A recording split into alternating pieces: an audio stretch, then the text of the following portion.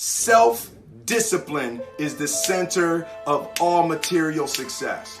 Cannot win the war against the world if you can't win the war against your own mind. I love this one. Fail early, fail often, fail forward. It's always a little bit frustrating to me when people have a negative relationship with failure.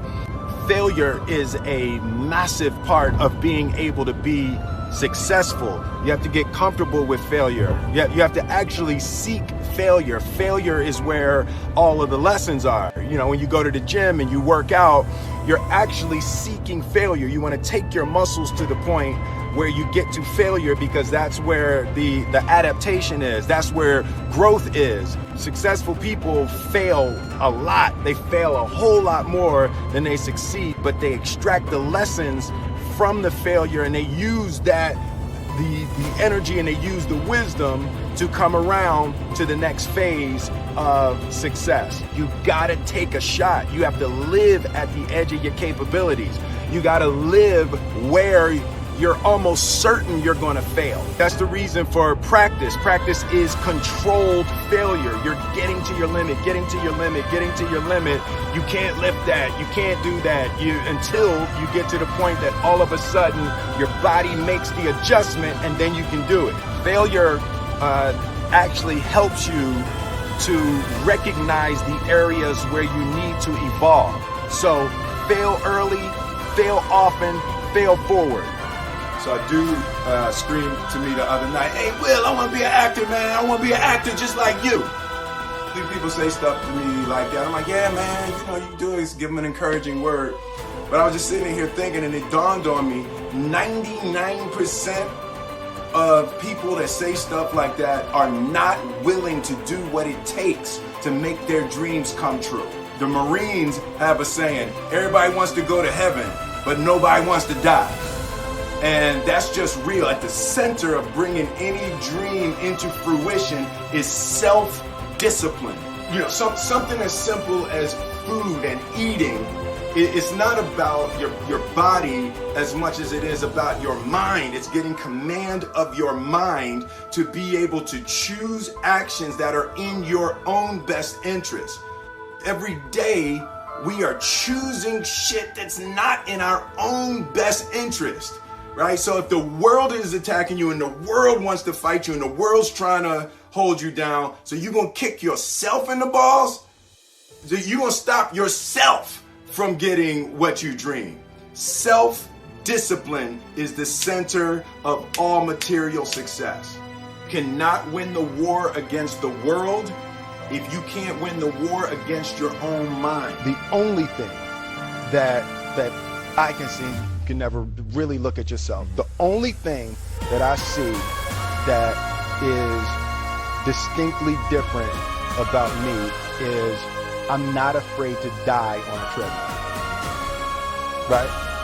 I will run. You will not be outworked. I will not be outworked. Right. Period. You might have more talent than me. You might be smarter than me. You might be sexier than me. You might be all of those things. You got it on me in 9 categories. But if we get on the treadmill together, right, there's 2 things. You're getting off first, or I'm going to die. It's really that simple, right? So let's go back to the question about what if people block me out. It's going to be 2 options. Oh, yeah. I'm going to get back in, or I'm going to be dead. Yeah. Right? It's like, you're not going to outwork me. It's such a simple, basic concept. It's the guy who is willing to hustle the most is going to be the guy that just gets that loose ball. He got 2. Ooh, God, he hustled, he grabbed that one. That was going to be out of bounds, but he saved it back in. It's like the commodity that I see the majority of people who aren't getting the places they want or aren't achieving the things that they want in this business is strictly based on hustle. It's strictly based on being outworked. It's strictly based on missing crucial opportunities. I say all the time, if you stay ready, you ain't got to get ready. I believe that self-discipline is the definition of self-love. That when you say that you love yourself, that means that you have behavior towards yourself that is loving. It's like you say to yourself, hey man, look, I know you want to eat that pizza and it'll be really good, but I can't let you eat that, man, because if you eat that pizza, you don't feel like shit, and I love you too much to let you eat that. And I think the word discipline has kind of gotten a bad name. We think about it in terms of punishment. I'm not talking about discipline in that way. I'm talking about discipline in the sense that you forego immediate pleasure for the exchange of long-term self-respect. Self-love is, hey, look, I know you got a test on Monday, and I know you really want to go out with your friends. It's Saturday night, you want to go out, but if you fail that test, you're not going to feel good about yourself. I love you too much to let you go out tonight. Self-discipline is self-love. If you want to be happy, you have to love yourself, which means you have to discipline your behavior. The road to sustained happiness is through disciplining your behavior. And I learned very young From parents. from my parents, absolutely, that you don't try to build a wall. You don't set out to build a wall. You don't say, I'm going to build the biggest, baddest, greatest wall that's ever been built. You don't start there. You say, I'm going to lay this brick as perfectly as a brick can be laid. There will not be one brick on the face of the earth that's going to be laid better than this brick that I'm going to lay in this next 10 minutes. And you do that every single day. And soon you have a and wall. soon you have a wall. And I think psychologically, the advantage that gives me over a lot of people that I've been in competition with in different situations is it's difficult to take the first step when you look how big the task is. The task is never huge to me. It's always one brick. Me too. Greatness is not this wonderful, esoteric, elusive, godlike feature that only the special among us will ever taste. It's something that truly exists in all of us. It's very simple. This is what I believe, and I'm willing to die for it. Yeah. Period. It's that simple. I know who I am, and I know what I believe. I know who I am. I know what I believe. That's all I need to know. And that's all I need to know. So from there, you do what you need to do. Yeah. And I think what happens is we make the situation more complex than it has to be. Because we're looking for complexity. There's got to be something complex to understand. It can't be that easy. The separation of talent and skill is one of the greatest misunderstood concepts for people who are trying to excel, who have dreams, that want to do things. Talent you have naturally. Skill is only developed by hours and hours and hours of beating on your craft. I've never really viewed myself as particularly talented. Where I excel is ridiculous, sickening work ethic. While the other guy's sleeping, I'm working. While the other guy's eating, I'm working. There's no easy way around it. No matter how talented you are, your talent is going to fail you if you're not skilled.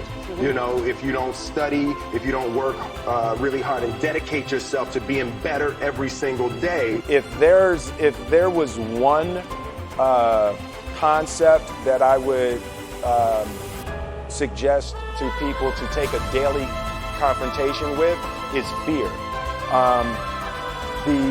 The problem with fear is that it lies, right? So fear tells you, hey,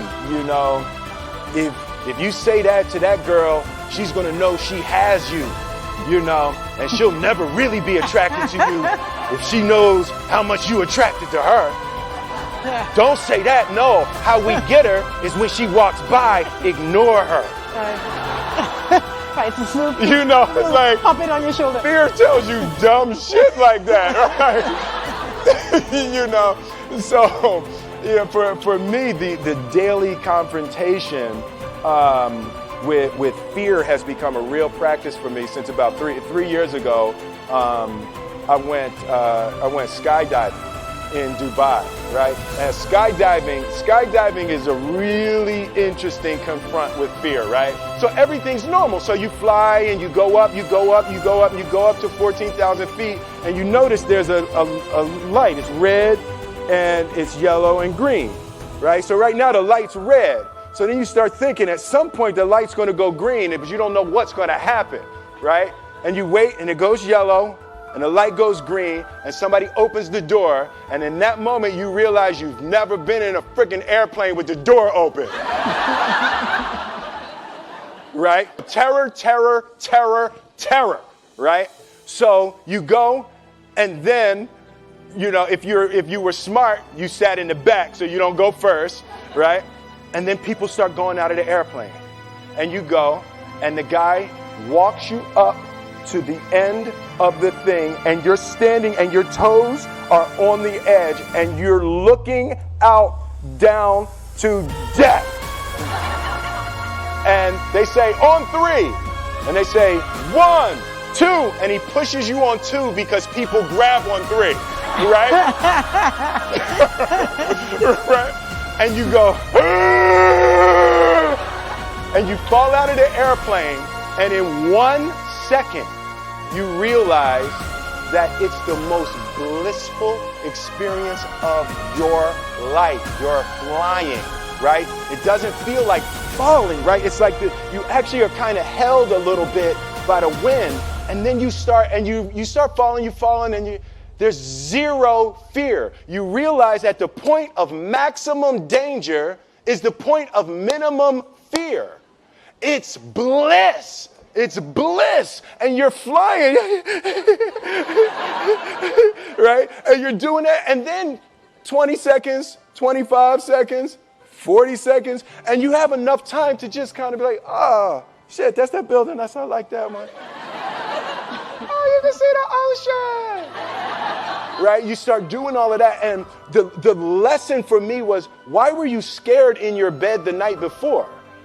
What do you need that fear for?